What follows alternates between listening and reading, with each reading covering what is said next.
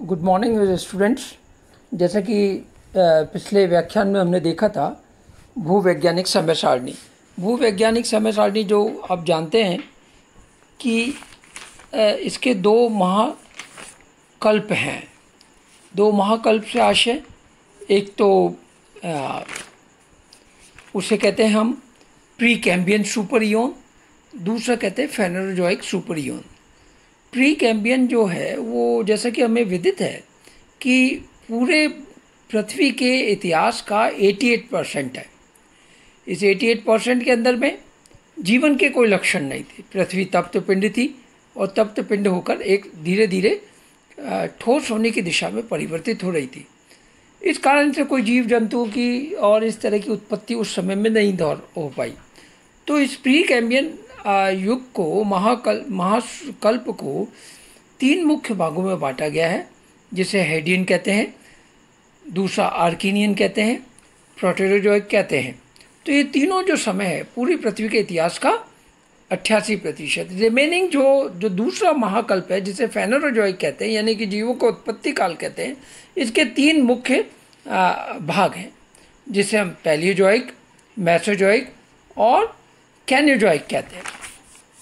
तो इसके अंतर्गत में हमने अभी तक फेनेरोजोइक के अंतर्गत में हमने पैलियोजोइक को हम विश्व देख चुके हैं, यानी कि पुरातन कालीन को देख चुके हैं। उसका अंतिम समय पर्मियन काल था, जो 28 करोड़ वर्ष से लेकर 24 करोड़ वर्ष तक का समय रहा। इसके बाद का जो नेक्स्ट जो बड़ा समय आता है फेनेरोजोइक का, वो मेसोजोइक काल आता है, यानी मध्यवर्ती काल। यह काल फेनेरोजोइक का जो पुरातन काल है उसकी समाप्ति के पश्चात आरंभ होता है। सेनोजोइक जो है, जो हम जिसे कहते हैं कि सेनोजोइक का जो मुख्य भाग है वो इसमें, एक सेकंड, अभी जो हम देख रहे हैं मेसोजोइक इरा को देख रहे हैं, जो फेनेरोजोइक के का द्वितीय बड़ा भाग है।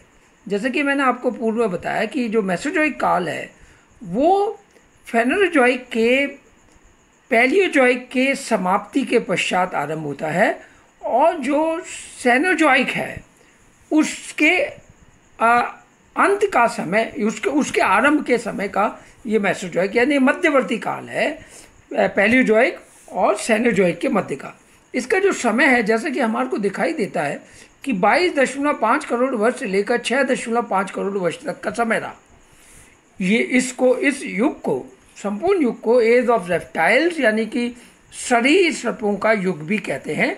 इस समय पृथ्वी के ऊपर स्थल भाग तथा समुद्री भागों का निर्माण हो गया था। इसी के अंतर्गत में जैसे कि मैं आपको पहले बता चुका हूँ कि ये क्या है कि पैलियोजोइक और आपका सेनोजोइक दोनों के बीच की एक कड़ी है। इसके कारण से इसको हम गोल्डन एज ऑफ रेप्टाइल्स भी कहते हैं।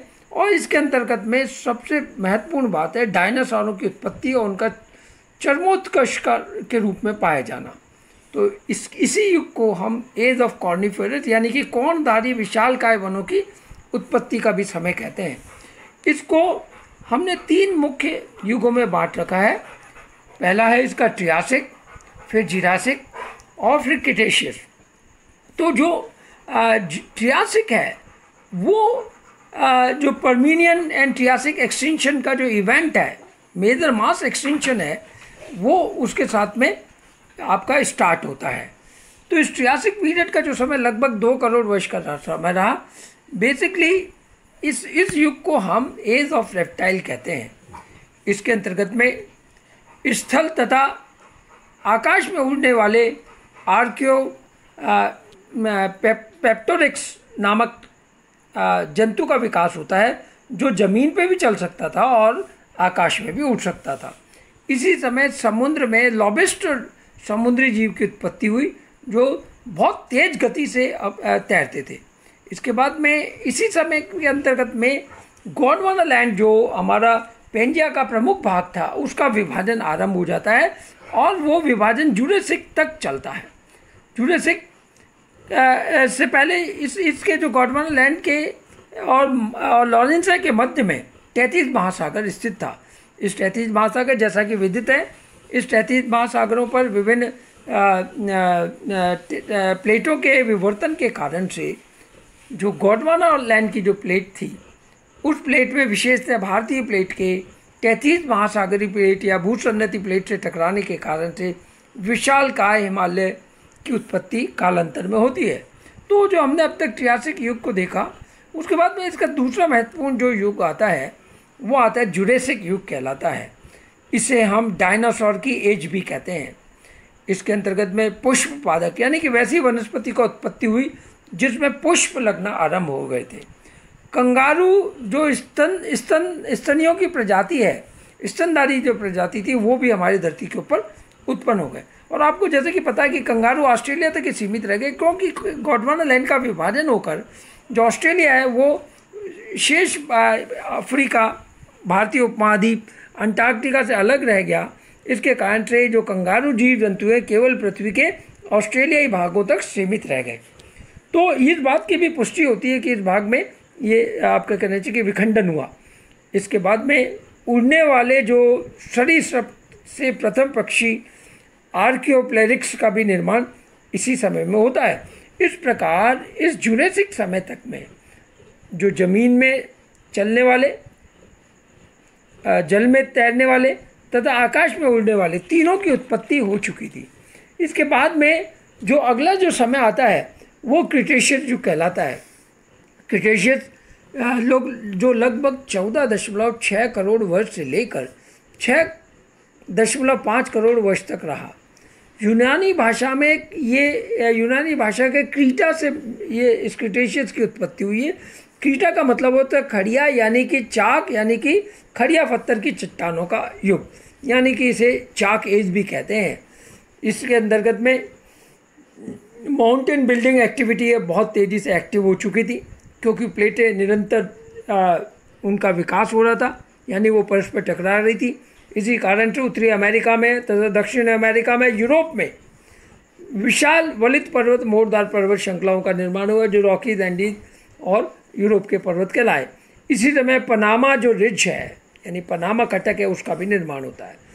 इसी समय में भारत के अंदर में डेक्कन जो लावा है, क्योंकि गोंडवाना लैंड के जो फिशर से जो डेक्कन ट्रैप था उससे लावा का निर्माण होता रहा, यानी कि लावा का उद्गार, दरारी उद्गार होता रहा। उस दरारी उद्गार के कारण से बड़ी मात्रा में हमारे पृथ्वी के, हमारे भारत के उपमहाद्वीप के दक्षिणी प्रायद्वीपीय भाग के ऊपर लावा की मोटी परत का जमा हुआ, जिससे ब्लैक सॉइल यानी कॉटन सॉइल के रूप में निर्माण होता है। ये जो एज है इसको मास एक्सटेंशन ऑफ द डायनासोर्स भी कहते हैं। यानी कि इस समय में या तो विशालकाय की थी, अभी तक इसमें वैज्ञानिक रूप से पूरी तरह से स्पष्ट प्रमाण नहीं है, परंतु जैसा कि कुछ प्रमाणों के आधार पर मिलता है कि हमारा पृथ्वी पर विशेष किसी विशाल उल्कापिंड से इसकी टक्कर हुई। टक्कर होने के कारण से हमारे यहाँ पर धूल का भंडार छा गया और उसके कारण सूर्य की किरणें यहाँ पर नहीं हो पाई, और उसके कारण से ऑक्सीजन खत्म होने से और प्रकाश खत्म होने से डायनासोर की मृत्यु हो गई। इसी समय में नदियों में, क्योंकि नदियों का निर्माण हो चुका था, तो उसके कारण से विभिन्न प्रकार के डेल्टाओं का भी निर्माण आरंभ हो जाता है। जैसे कि आपको पता है कि जो डेक्कन ट्रैप है वो पूरी पृथ्वी पर लार्जेस्ट वोल्केनिक फीचर है। इसमें लार्ज इग्निशियस प्रोविंस कहलाता है ये नहीं कि ये आग्नेय चट्टानों का बहुत बड़ा साम्राज्य कहलाता है। इसके अंतर्गत में multiple layers of the solidified flood basalt which is 2000 metre thick, यानी 600 फीट मोटी आपकी परत का निर्माण होता है, जो मल्टीपल लेयर है, क्योंकि अलग अलग समय में दरारी उद्गार उत्पन्न वो जम गई, ठोस हो गई, उसके बाद पुनः फिर हुआ। इस तरह से लगभग 2000 मीटर मोटी हमारी इस डेक्कन प्लेट का या डेक्कन ट्रैप का निर्माण होता है। ये लगभग 5 लाख वर्ग किलोमीटर क्षेत्र में फैला हुआ है। ट्रैप जो है उसका मतलब ही होता है स्टेप लाइक हिल्स, यानी कि सीढ़ियों के नुमा प्रकार का जो पठार है या पर्वत है वो इसे कहते हैं। अब कालांतर में ये निरंतर अपर्दन होने के कारण से घिस पिट कर ये काफ़ी नीचे रह गया है और ये पाया जाता है। इसके अंतर्गत में एक और प्रमुख बात हुई कि जो रिलीज ऑफ वॉल्केनिक गैसेस थी, जिसमें सल्फर डाइऑक्साइड जो गैस निकली इस फॉर्मेशन, ट्रैप के फॉर्मेशन के दौरान में, उसने क्या किया कि हमारी पृथ्वी पर क्लाइमेट चेंज के लिए उत्तरदायी बनी, क्योंकि इस सल्फर डाइऑक्साइड के कारण से हमारी पृथ्वी के वायुमंडल का तापमान लगभग 2 डिग्री सेंटीग्रेड टेम्परेचर कम हो गया, और इसके कम होने के कारण से हमारे यहाँ पर जो क्लाइमेट चेंज हुआ, और जो इस पीरियड को इसी वजह से क्रेटेशियस पैलियोजीन एक्सटिंक्शन इवेंट के नाम से जाना जाता है, जिसे हम K-PG इवेंट भी कहते हैं। Also it is also known as a KT event, यानी क्रिटेशियस टर्शियरी इवेंट भी कहते हैं। तो ये जो है बड़ी संख्या में हमारे यहाँ पे जो मास लेवल पे जीव जंतु वनस्पति का जो नष्ट होना था, वो इसके मुख्यतः कारण गैस के कारण थे, और कुछ विद्वान इसके अंतर्गत उल्कापिंड से हमारी पृथ्वी से टक्कर होने के कारण से मानते हैं। ये दोनों के बारे में अभी पूरी तरह से स्पष्ट प्रमाण नहीं है, परंतु मोटे तौर पर यही है। आज का व्याख्यान मेरा यहीं समाप्त होता है।